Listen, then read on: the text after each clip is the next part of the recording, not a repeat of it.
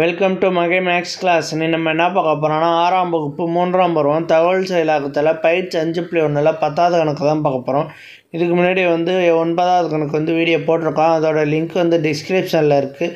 பார்க்காதவங்க போய் பார்த்துருவாங்க. இப்போ கணக்கு பார்க்கலாம்.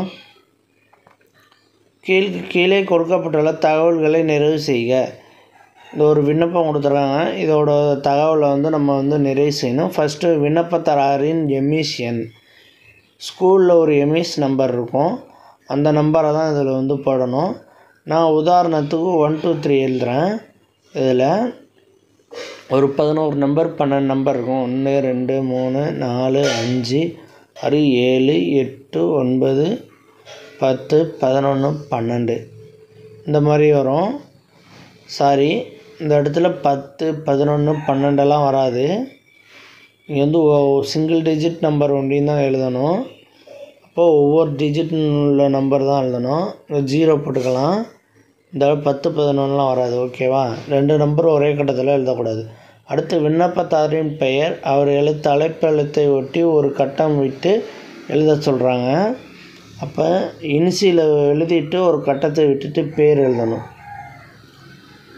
இனிஷியலை விட்டுட்டு வி அருண், RUARUN அருண்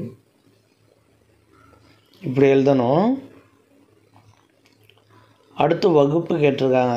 நம்ம எத்தனாவது வகுப்பு படிக்கிறோம்? 6ஆம் வகுப்பு. அதனால் 6ஆம் வகுப்பு போட்டுக்குவோம். அடுத்து பிறந்த தேதி. பிறந்த தேதி 01/08/2004. இது மாதிரி உங்கள் பிறந்த தேதி இந்த இடத்துல எழுதிக்கோங்க. அடுத்து தந்தையின் பெயர். அதனை அடுத்து தலைப்பெழுத்தை பெட்டியை விட்டு ஆங்கில பெரிய எழுத்துக்களில் எழுத சொல்கிறாங்க. கேப்ஸ் லெட்டரில் எழுதணும். இங்கே ஒரு இனிஷியலை போட்டுட்டு அவங்க ஒரு கட்டத்தை விட்டுட்டு எஸ்ன்னு இனிஷியலை போட்டு வேல்முருகன்.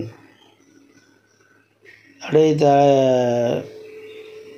ஆங்கிலத்தில் பெரிய எழுத்தில் எழுத சொல்கிறாங்க. எழுதுங்க வேல்முருகன். இதில் அப்பா பேர் எழுதணும். கேப்ஸ் லெட்டரில் எழுதுங்க. நான் ஸ்மால் லெட்டரில் எழுதிட்டேன். நீங்கள் கேப்ஸ் லெட்டரில் எழுதுங்க. அடுத்து இங்கே அதே மாதிரி அம்மா பேர் எழுதணும். வி இன்சில் போட்டுட்டு பேர் போடுங்க.